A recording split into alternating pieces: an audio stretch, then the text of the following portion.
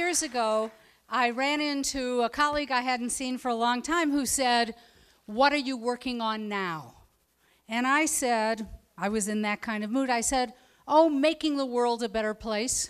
And he said, "Could you pin that down just a little bit?"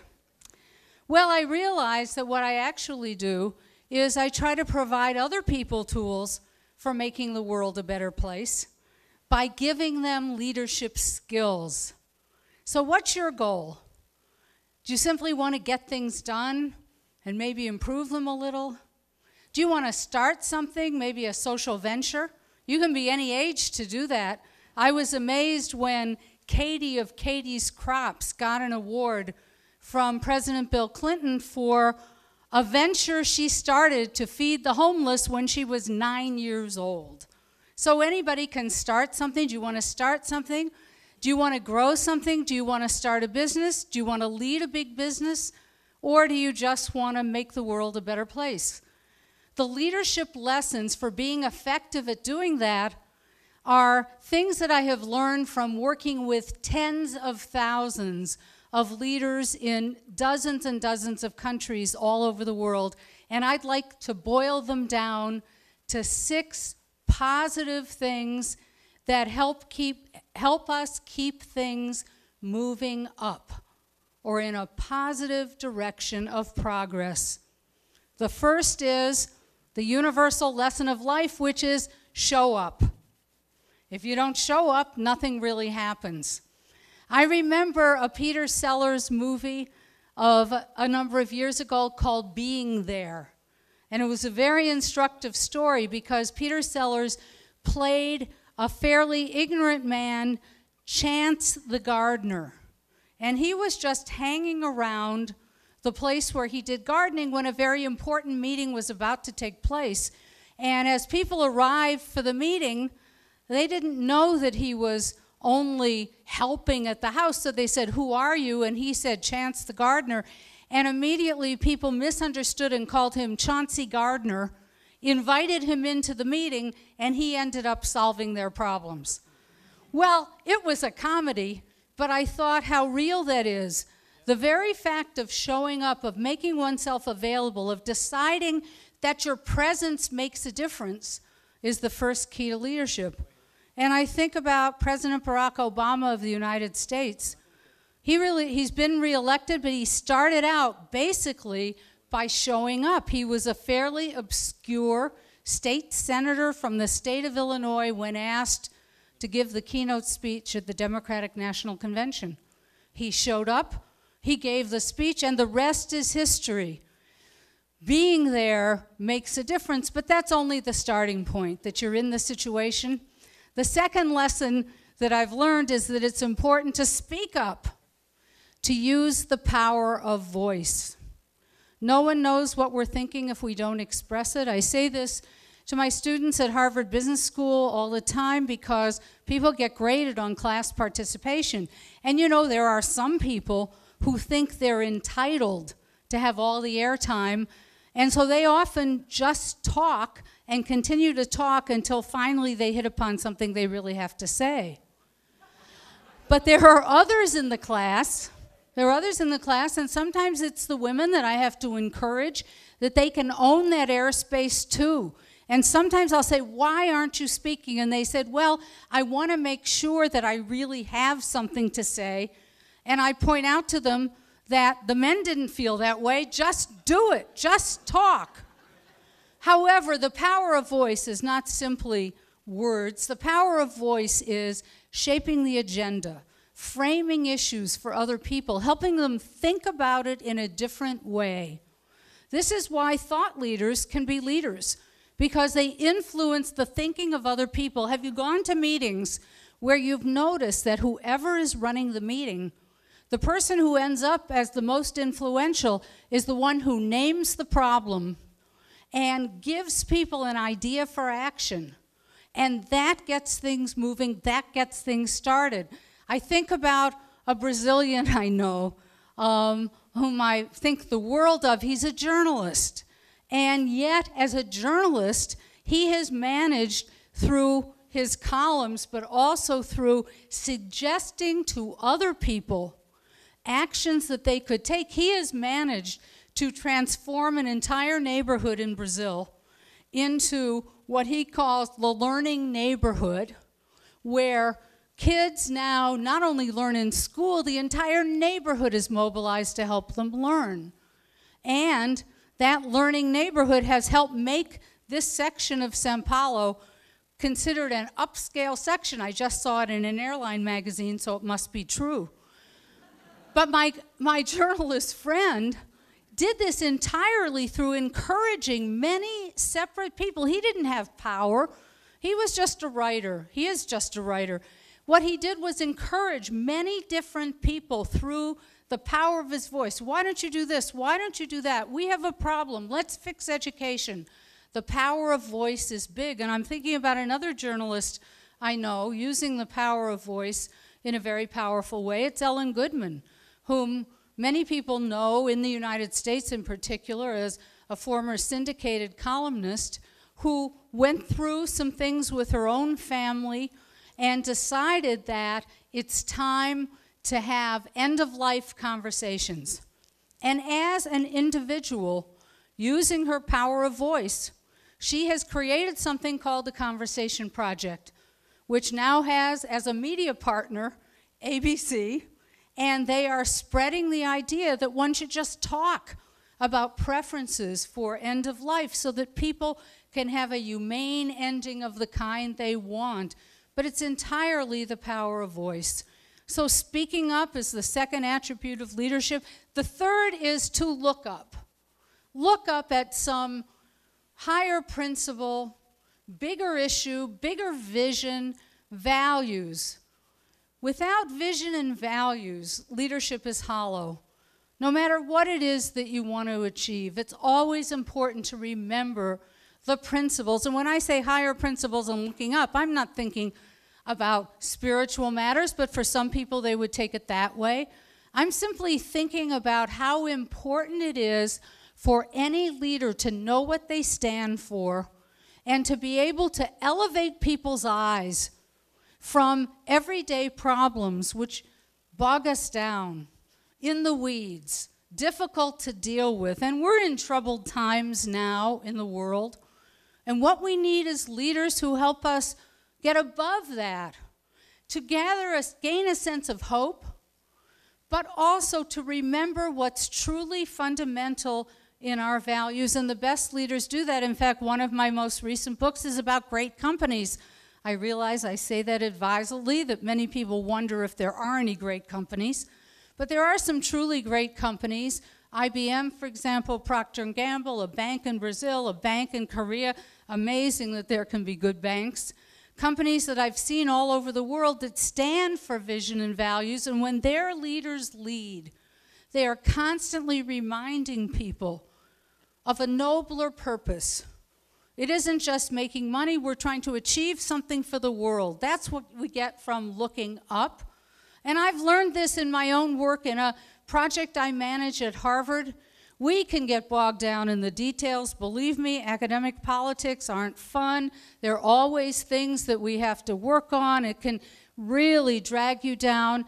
And a wise person who was one of the first people to work on this project with me said, you know, we should remember to start every meeting by reminding ourselves of our mission, reminding ourselves of what we stand for. And you know, that lifts the spirits like nothing else.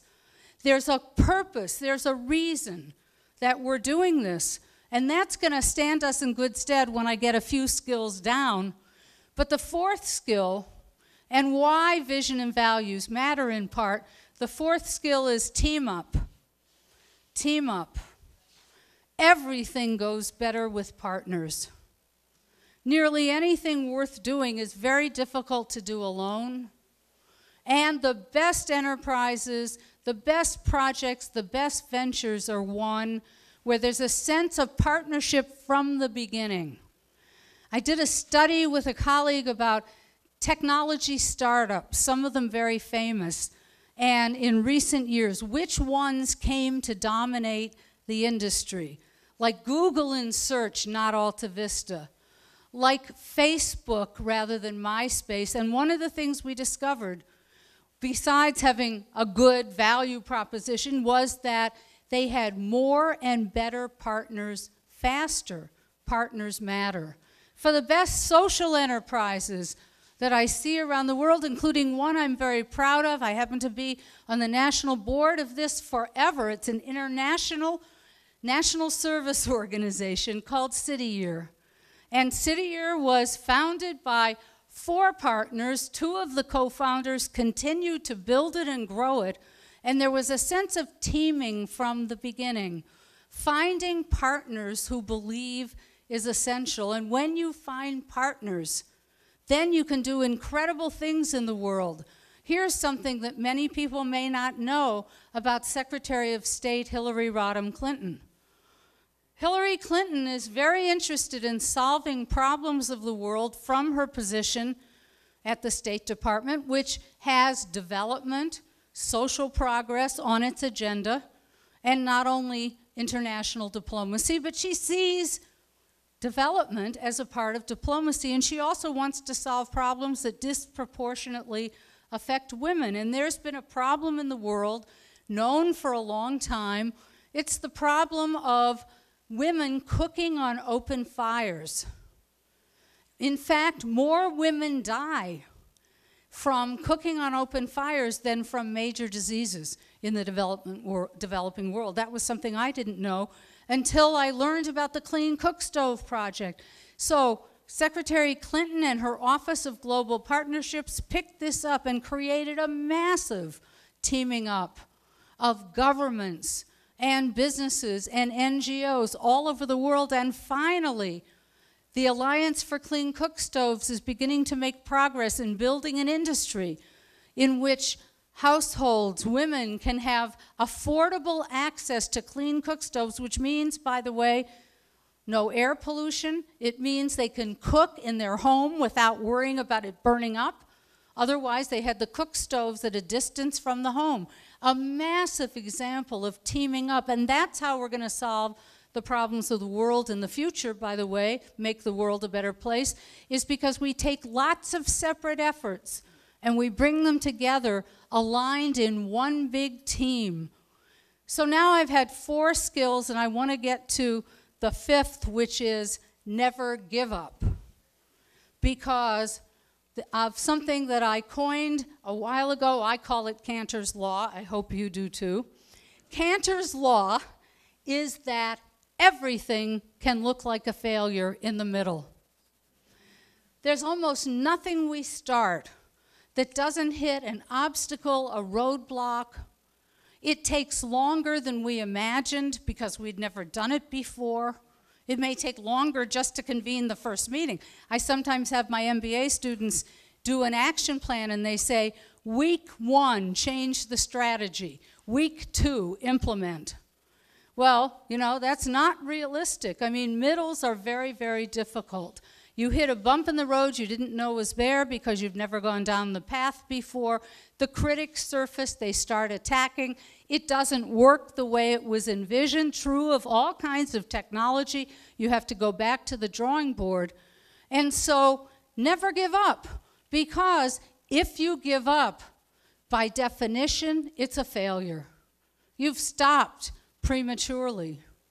If you keep going, persist and persevere, find a way around the obstacles, flexibly redesign, often you can produce a success. Sometimes it's not the success you first imagined.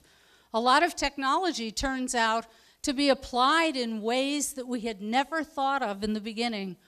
But that ability to hang in there and not give up is a hallmark of leaders. I mean, I think about a friend and colleague in my own area, Dr. Donald Berwick, who was recently the chief administrator for Medicare, the biggest health program in the United States. Well, for 20 or more years, he has been pursuing the idea of quality in healthcare. He's been pursuing the idea of innovation to raise quality and reduce costs. And do you know that it sometimes takes 17 years to get an innovation in healthcare from the mind of those who dream it up into use. That's an amazingly long time, but he never gave up. And my iconic example of a leader that we should all aspire to emulate is Nelson Mandela, the first democratically elected president of South Africa. He was in prison for 27 years and didn't give up. Finally emerged from prison to be elected president, first democratically elected president. You know, sometimes my students say, 27 years in prison. And he emerged without a feeling of revenge. He emerged ready to get on with it, just interrupted in the middle.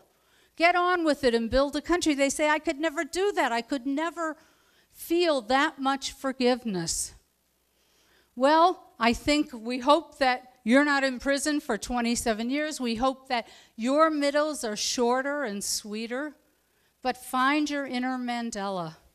Find the strength to persist, even against the naysayers, the critics, and the obstacles, because that's what makes a difference between success and failure. And then when you get to the point where it looks like what you're doing is working, it's taking hold, you have the first pilot, you have a little more support, you do the sixth thing, which is lift others up.